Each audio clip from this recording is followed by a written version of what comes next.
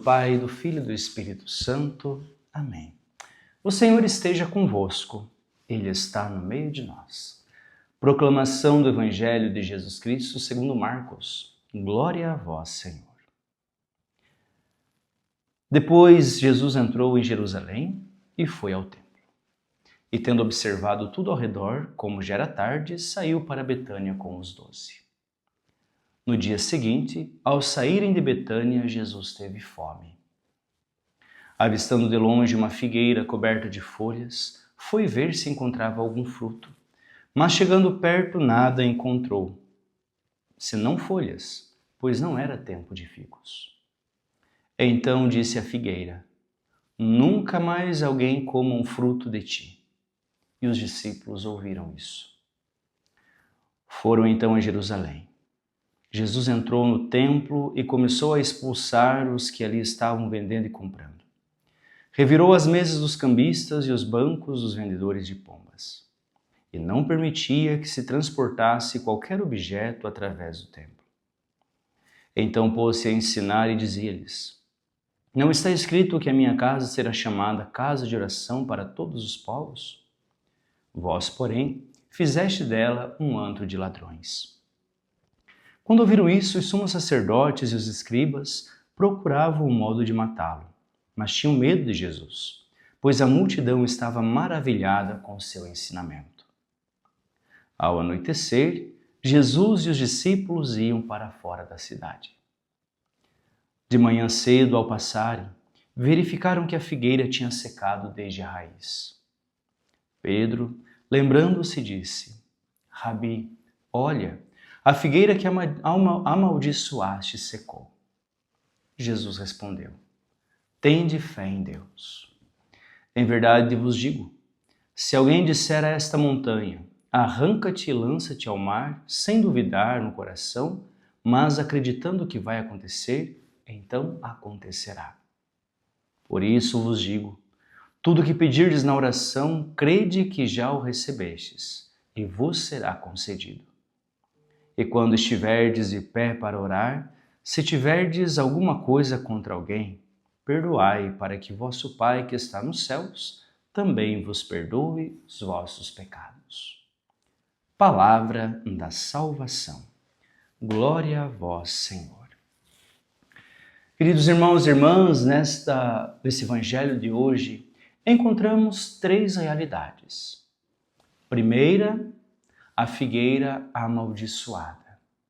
Segundo, Jesus que corrige no templo porque estavam mudando o real sentido e o real valor do templo. E terceiro, quando os discípulos de Jesus encontram essa figueira seca. Vamos por partes. Parece estranho Jesus amaldiçoar a figueira porque ela não tinha figos. Mas o Evangelho lhe coloca, não era tempo de figos. Parece uma coisa contraditória. Jesus lança uma maldição na figueira por não dar figos em uma época que não era de figos. Vamos lá. Ao olhar humano, nós ficamos travados e amarrados diante do tempo, diante daquilo que é humanamente plausível. Mas, quando nós vivemos o plano divino, nós devemos dar um passo além. Devemos sair da nossa comodidade e nos lançarmos naquilo que Deus nos convida e naquilo que Deus exige de nós. Por exemplo, eu estava lá em Piraí, na minha vida, no meu trabalho, no meu namoro, nos meus estudos, e estava tudo fluindo corretamente. Eu estava ali. A minha vida gerava alguns frutos, geravam algumas coisas boas, mas eu precisei dar um passo além.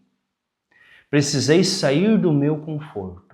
Precisei deixar o meu tempo, deixar a minha vontade para viver e abraçar o convite de Deus para que eu pudesse então saciar a fome a partir da vontade de Deus por meio do sacerdócio. Se eu tivesse preso ao tempo humano, eu estaria lá, como essa figueira, até com folhas, mas com frutos restritos. Mas no momento em que eu saio de mim para não fazer a minha vontade, mas fazer a vontade de Deus, então eu começo a alimentar a alma, alimentar a vida, dar frutos não apenas segundo as minhas forças, mas segundo a vontade e as forças de Deus. Deus te convida a algo a mais. Eu não sei o que você tem feito, não sei se você participa de pastoral, eu não sei se você participa de movimento, eu não sei se você está em alguma célula, eu não sei o que você tem feito, mas Deus te convida a mais. Tenha capacidade de se lançar no convite de Deus. E aqueles frutos que você dá aos poucos ou em alguns momentos da vida serão frutos que vão produzir em todo momento. E a tua vida vai ser um fruto que saciará a fome. Alguém que ouve a vontade de Deus, frutifica. Quem não ouve a vontade de Deus é uma figueira seca, ressequida, que só é possível jogar fora. Ouvi uma frase esses dias que foi muito forte, do Dom Henrique Soares, um grande bispo que faleceu na Covid-19. Ele dizia assim: o fruto da infidelidade é a esterilidade. O fruto de um coração que não ouve a Deus, e como vemos no finalzinho do Evangelho, o fruto de um coração que não confia totalmente em Deus, que duvida de Deus, é a esterilidade. Podemos ter muitas coisas, mas no fim não alimentamos a alma e o coração de ninguém. Que possamos fazer do nosso corpo, da nossa vida, do nosso coração, não apenas um lugar para encontrar dinheiro como os cambistas do Evangelho, mas possamos fazer da nossa vida algo doado à vontade de Deus. O Senhor esteja convosco, Ele está no meio de nós. Que desça sobre você e sobre sua vida a bênção do Deus Todo-Poderoso. Em nome do Pai, do Filho e do Espírito Santo. Amém.